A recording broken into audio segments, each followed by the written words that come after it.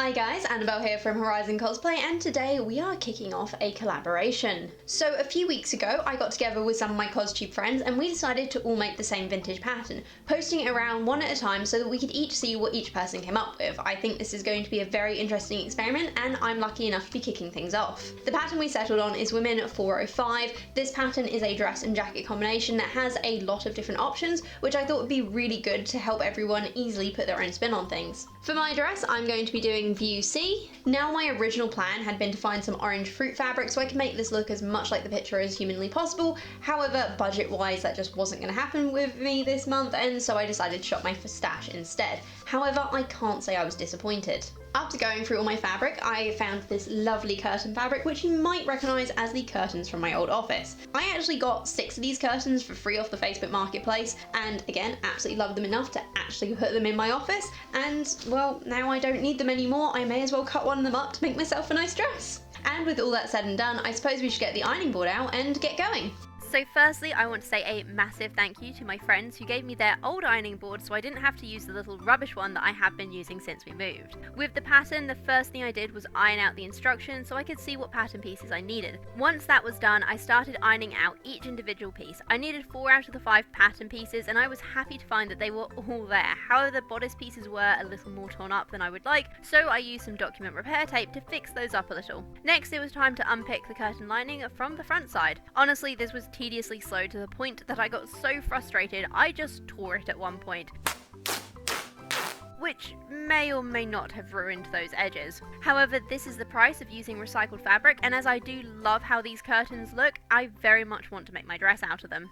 So we are using the curtain lining to make our mock-up with, and to be honest, I'd like to use it as the lining of the dress if it fits me okay. I think it's going to fit me. Looking at the measurements, I think my hips are a bit big, but then the skirt is a skirt, shouldn't matter too much. For now, I'm kind of tempted just to cut out B and A, and I suppose E, and just make the bodice and check that that fits. I do have more of these curtains, but I've just only unpicked one because I think that's going to be enough fabric. I hope it's going to be enough fabric. If it's not enough fabric, there's going to be a lot more unpicking to do. I firstly had to rearrange the fabric so that I could fit all the pattern pieces on it. I then cut out all the skirt panels and added one extra as I like quite poofy skirts. Also, and I'm only saying this because on the cream fabric it's horribly obvious, yes, I know I have to hoover. I have 2 cats, okay, and they shed hair ridiculous amounts and it's fine. I'll remove all of it from the fabric before I use it, but please don't judge how much stuff comes off my carpet right now.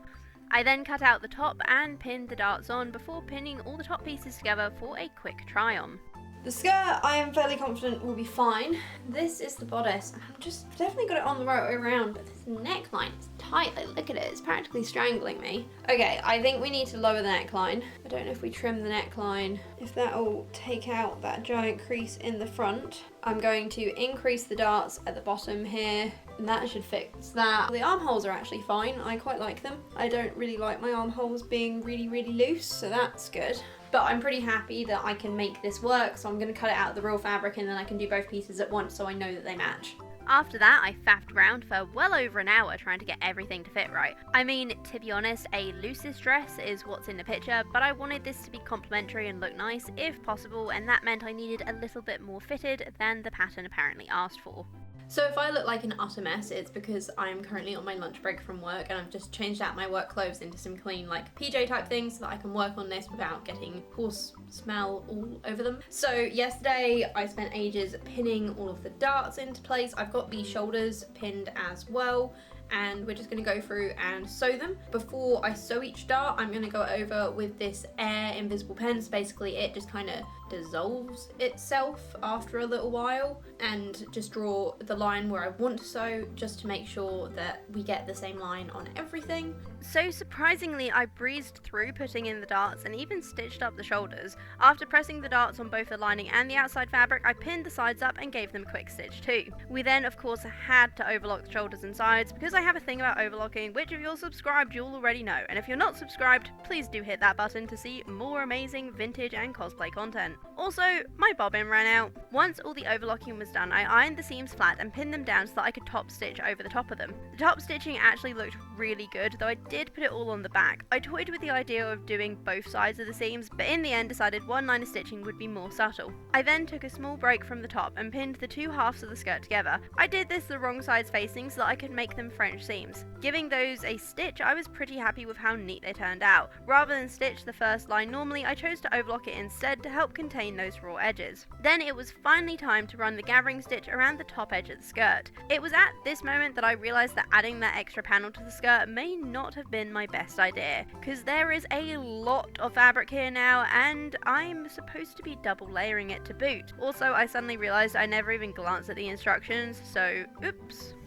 So this is what the top looks like so far. I've pinned the lining to the front and it all fits really nicely, which is good. However, the neck hole is like ridiculously small, but the boobs are like too large. It did occur to me that this is a 50s pattern, which meant it was made for 50s underwear, so I probably should be wearing a bullet bra, which I definitely don't own and, got to be honest, not really that keen to make, which is probably why they're a bit pointier than I'm used to. I mean, overall the fit is like really quite nice, but it's just a case of I think I'm gonna have to wear a padded bra for this, and hopefully the skirt will weigh it down so that it doesn't keep coming up. Obviously the back is open at the moment because I'm by myself and I cannot have anyone pin me into it, and I do not feel like pinning myself into it because I will never get out. I think next is try and attach the skirt, and once the skirt's attached we will do the facings for the armholes, and then we will move on to installing the zip and adjust the neckline last once everything's there to weigh it down. I then changed my mind and added the sleeve facings first because I couldn't be bothered to deal with all the skirt fabric when doing this later. So this has to be the ultimate most satisfying thing ever, which is that the thread on my reel and the bobbin, which was made from thread from my reel, just ran out at exactly the same time, just as I finished my row of stitching. I'm not even joking, I don't think that's ever going to happen again in my life, and I just want to record it to make sure that you guys realise this happened and this was an incredible experience that maybe one day I will be blessed for it to happen again. Just too perfect. The next thing on the list was to gather the first layer of the skirt. However, it quickly became apparent that there was a lot more skirt than I had anticipated, and my worries about it not being puffy enough and needing that second layer underneath were rather unfounded, though I am considering making the other bit into a petticoat to go underneath anyway. What do you guys all think about that? And now I know I must be mad, because I was hoping to edit and release this video the next day right at this moment, and it's 9:15 PM.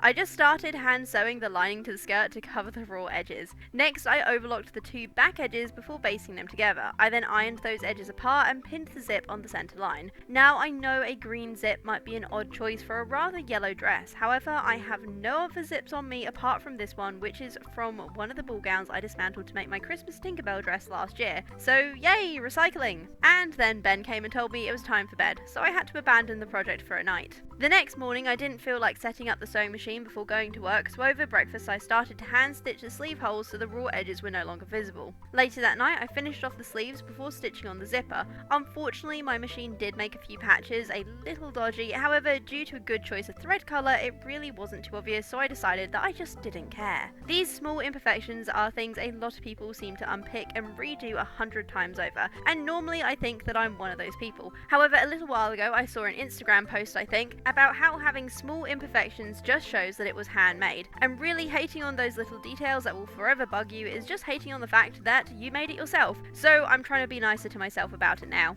If I look a mess, it is because I am a mess.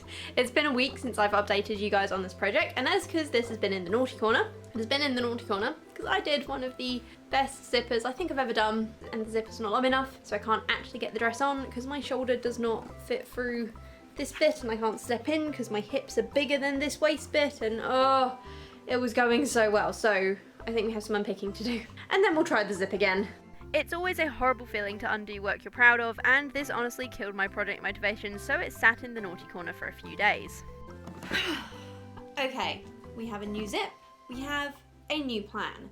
New plan is that we have a slightly longer zip, which I got from a charity shop for like 10 cents, which, you know, good luck that it was the right colour really. New plan is that even with the longer zip, I'm going to set it slightly lower down, maybe even leave the top bit open, just cover that over with the little button fold over thing that I made. I mean, is it a plan? Is it like half a plan? I mean, the point is we're going to figure this out and it's going to get done. And I'm telling you guys right now, it's going to get done tonight. At least it better get done tonight. So I started by overlocking the rest of that back edge. Next, I pinned the back two sides together before giving the marked zip section a basting stitch. Directly underneath that, I then changed back to a normal stitch and continued running it down to the bottom of the skirt. I then ironed the seam open again before pinning the zip. A quick stitch, maybe some unpicking, I was a bit too angry to film, and another stitch later, and it was time to undo the basting and see if the zip worked. So I don't want to show the dress to you guys entirely yet because I feel it would ruin the grand reveal, but let's just say that though the zip could definitely be a little longer, it works, I can get into it, we'll call it a success. Now the only two things left to do are the hem and the neckline. I am going to lower the neckline slightly so I'm not being, strangled. It's not tight, I just want it a little bit lower, just by like a centimetre or two. And the hem, I'm just going to really basic, just fold it over on itself and stitch it down. I swear to God, this dress is cursed, so I just took it off, and then I realised I never attached the thing for the button, and as much as I would really, really like it, in fact, I'm going to have to unpick just a little bit of the zip. I can't really see any other way around it, because I can't really get it in otherwise. I haven't left enough room to just slot it in the side. Either that or I leave the zip there. I mean, I suppose that is an option. To be fair, it's not a terrible option. I don't want something, the zip showing. I'd rather just have it hidden. I made this and it's cute and it's good. You know what? We're gonna leave it. We're gonna leave it. I'm gonna keep this, and in the future, if I need to unpick it to insert this, that's exactly what we're going to do. For the hem, I used a ruler and a pencil to mark an even line around the straight base of the skirt. I then went around again with pins and folded the fabric under the line in half, then over again to make a folded over hem. I then pinned the neckline in half and trimmed it down to make a lower neckline, before getting some leftover fabric strips and pinning it to the neckline to create a binding. This was then stitched down and overlocked before the hem of the skirt was top stitched down as well. I did hand stitch the neck hole the same way I did with the armhole, but forgot to film that bit, so sorry guys. The next day, me and Ben planned to go out and film the grand reveal. However, I honestly don't think I even ironed the fabric before I made this dress, so I thought I'd better give it a quick iron now to help make it extra neat and tidy. And this is the dress. I just love how it turned out, and I can tell you right now that voiceover me finished this a week or two ago, and I've been wearing it so much since then. It is totally worth all the effort I put in. It is so comfy, looks great, and seems to work for very many occasions, including nice walks in the forest.